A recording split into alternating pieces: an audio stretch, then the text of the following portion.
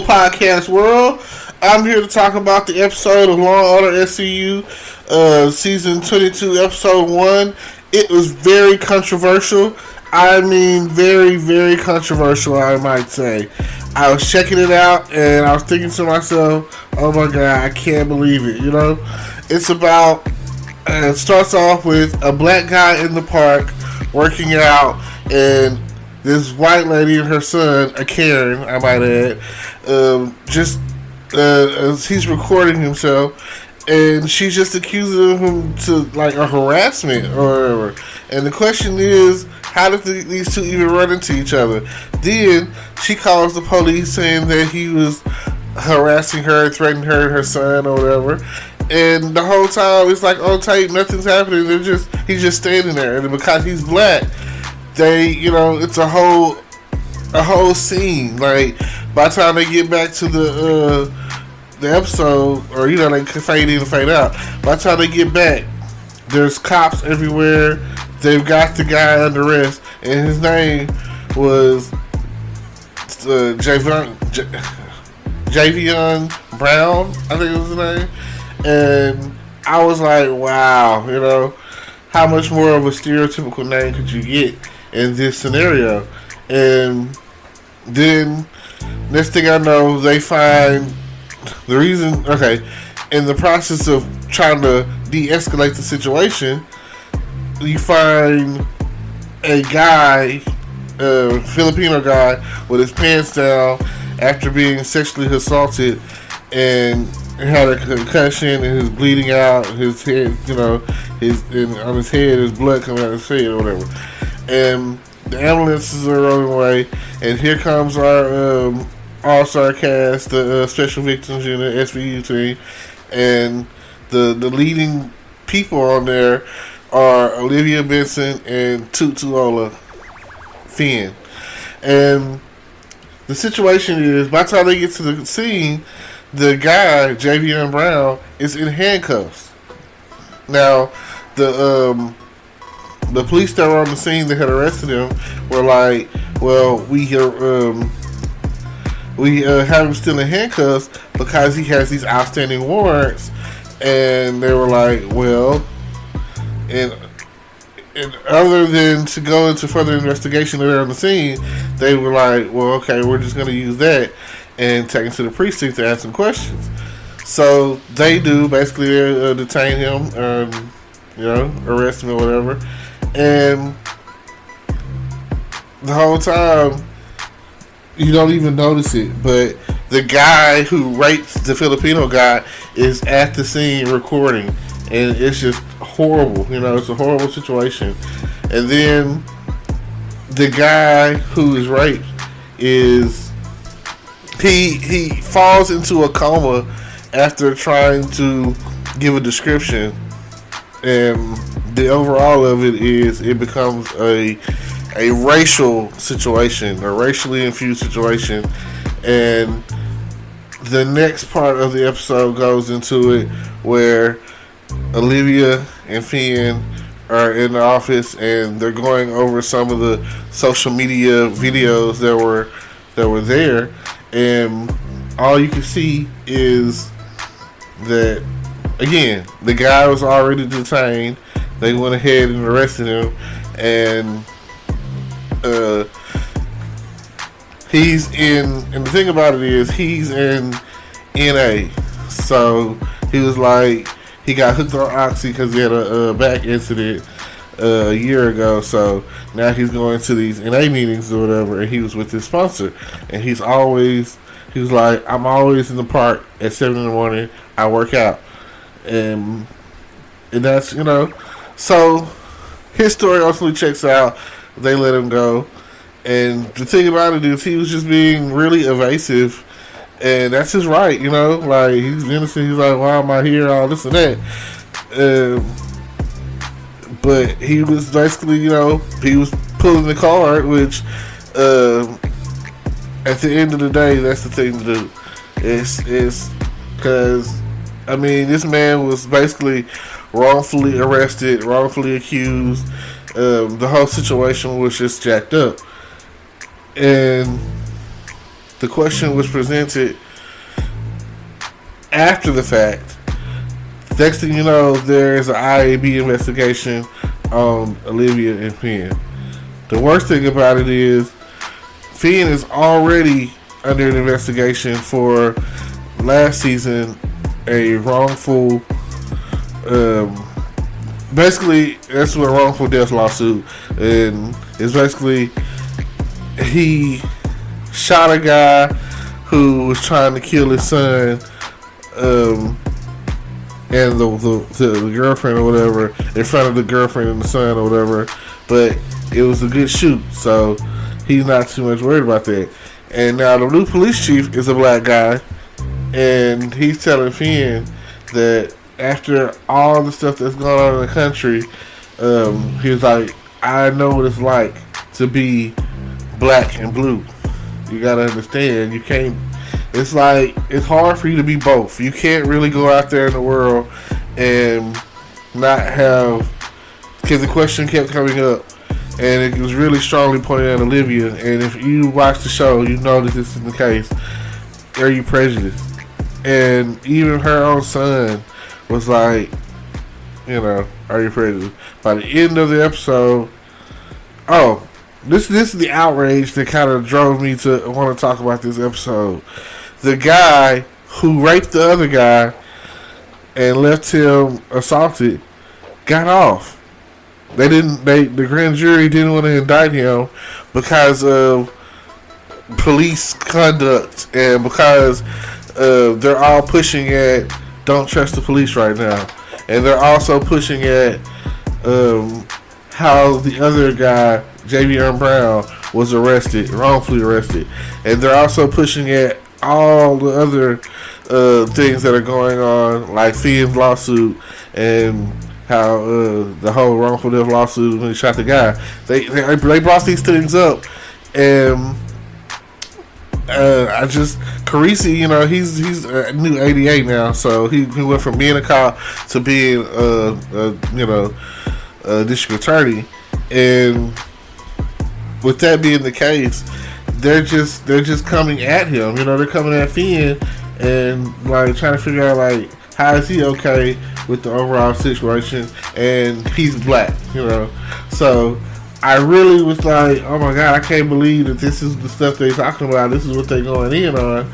And by the time they were done with that session, they can already tell. They stepped out of the hallway and was arguing, and they can already pretty much tell that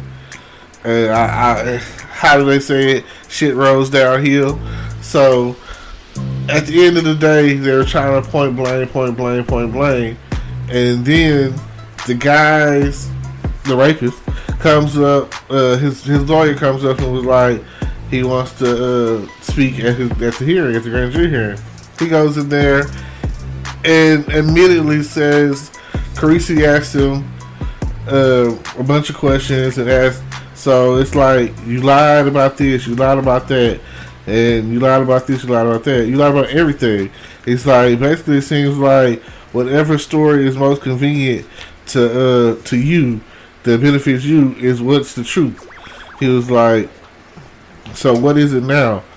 Then he goes in there and basically talks about the distrust of how things are right now with the police, and is like, basically put it out there like they're framing him. Like, none of the stuff that they're saying is true, but they have evidence. They have the DNA evidence. Like, everything the guy was saying was a freaking lie.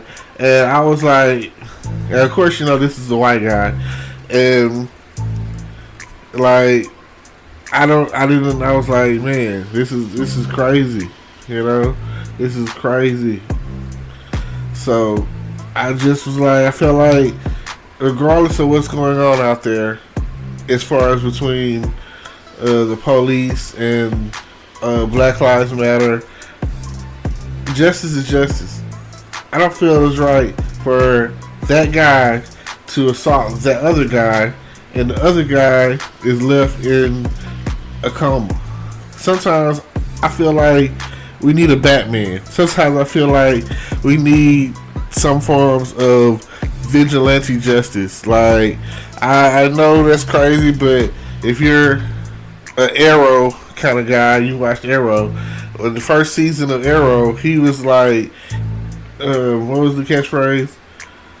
You felt this city, you know? And that's the outlook I have about dude on this episode. Like, you felt the city. So if there was a green arrow out there, he would basically be put down. You know, in some cases, that's like, this man is a violent sexual predator. You know what I'm saying? And this guy is getting off. They're not even going to indict him. I'm not a police officer, but I do believe in right and wrong and justice. And I felt like, you come on, how stupid, how dumb do you have to be to follow along with a guy who's sitting there lying, all because the bigger picture, they detain this black guy because of this Karen. Like, I really don't know what to say about that. I feel, on one hand, it's like, you know, at the end of the episode, Olivia goes to talk to Mr. Brown and tells Javion, I just want you to know that they're pressing charges against the Karen lady, and that, you know, that's, he was like, am I supposed to feel some type of way about that? He was like, thanks to the media, I lost my job because they found out I was going to the NA meetings. And, you know, of course, all she could do was apologize. And she was like, at the end of the day, she realized she knew. And she said it, she was like, the NYPD. She was like, no, not just the NYPD. She was like, me, I have a long road ahead of myself in helping the situation. So, I just felt like this episode was a good way to start the season. Every show that I'm coming across is still dealing with COVID, and they're putting in the show, and they're wearing masks, and I just, you know, it's almost like this is our reality right now. Like, even in television, when we go back and look, and be like the year 2020 and what all happened and how did it all go down, it'll be televised, it'll be shown, it'll be like, in my lifetime, this is probably the worst national, no, it's worldwide, the worst worldwide thing that I've ever come across. And yes, it has hit close to home. I've watched some of my neighbors die. I watched people who have family members die from coronavirus, the underlying cause. And hey, for all of those who survive to the next level, to the next year, to the next moment in time, to the next crisis, I'm glad for that. I'm glad to see that we've made it through all of these situations, because even earlier in the year, if you don't look at that, then you have to look at what happened in Minnesota with George Floyd, and then you have to look at what happened with Breonna Taylor, and then just, and that right there, these things are just a thread that's been pulled and pulled and pulled, and it's a breaking point at this point. Like, when is it gonna stop? What is it? Like, we speak of change and change coming and all of that, and that's not what we need. It's horrible, but I'm always optimistic every year around December, going into January, going into the new year, that everyone usually makes New Year's resolutions, and by February they usually enacted on it, because, hey, no matter what, financially, there's money coming in February, income tax money, the money that we gave the government that they're giving back to us. And some people are still like, are y'all gonna help us? Nancy, Mitch. Well, what's going on? Come on, Congress. Come on, Senate. Come on, Trump. Like, Joe, what's up? You know, like, I don't care where it's coming from. It's like God's got us either way. But it would be nice to know that if I have this spider bite and the poison is still in that spider bite, and I got this big bump, this blister or whatever, and all you have to do is cut it and let some of that poison ooze out. Like, just help, you know, in whatever shape, form, or fashion you can get that. And then pretty much the main thing will be a financial form of help. So, can we get that? Just let us know. The sooner the better. Well, thank y'all for listening to me rant about Law and Order SVU and the things that I have seen that I can't unsee. I found it to be a really good episode as far as the first episode of the season.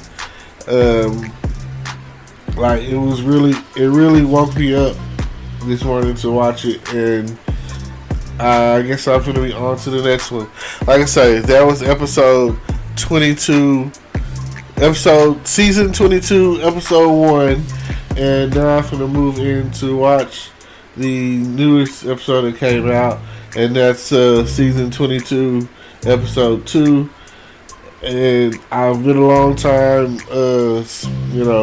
watcher of Law and Order SVU, and that's why, like I say, Olivia is my favorite character on and off the cameras, and her and Ice-T, Finn, have been, the driving force of the show.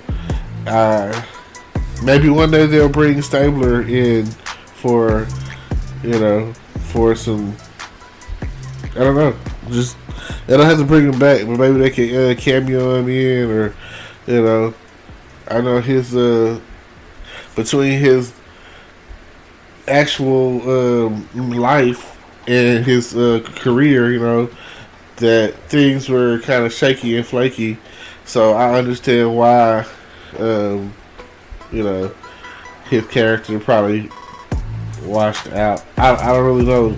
Maybe he pursued more, because I know after he stopped being on the show, he was on the Man of Steel movie, and I thought that was great. I even thought his whole character on the show, on the movie of Man of Steel was great. So I was like, he even died in that movie, and he died pretty honorably. So what else can I say? So yeah, shout out to the whole team from my day ones to the new season. Law and Order SVU. It's really taught us a lot. I've learned a lot. I've learned that no means no, and anything sexual can really make you wind up in trouble. So, but yes, I'll leave you to say that don't forget to like, comment, subscribe, and hit the notification bell. Check out my YouTube channel. Keep listening to my podcast for those who do. And I thank you so much. Maybe one day we can get this all together, and maybe we can get it right. Thank you.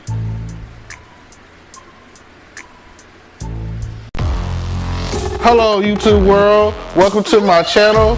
Don't forget to like, comment, subscribe, and hit the notification bell so you can be notified when I drop hot content like this. And stay tuned for the next video.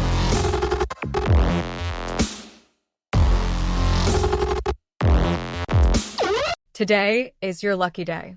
Today is the day that our $3 website works for you, paying you directly to your PayPal daily. Imagine $3 ongoing continuous payments to your PayPal account. Imagine falling asleep and waking up to $300 in your PayPal account. How would this make you feel? How could this help you? What bills could you pay? What kind of fun could you have? What does that retirement look like now? All for a one-time payment of $3. This website is DFY done for you, fully built and completely hosted, and never stops collecting payments for you. You have spent $3 on coffee on a regular, but that coffee won't help you create multiple streams of income. Click the link below.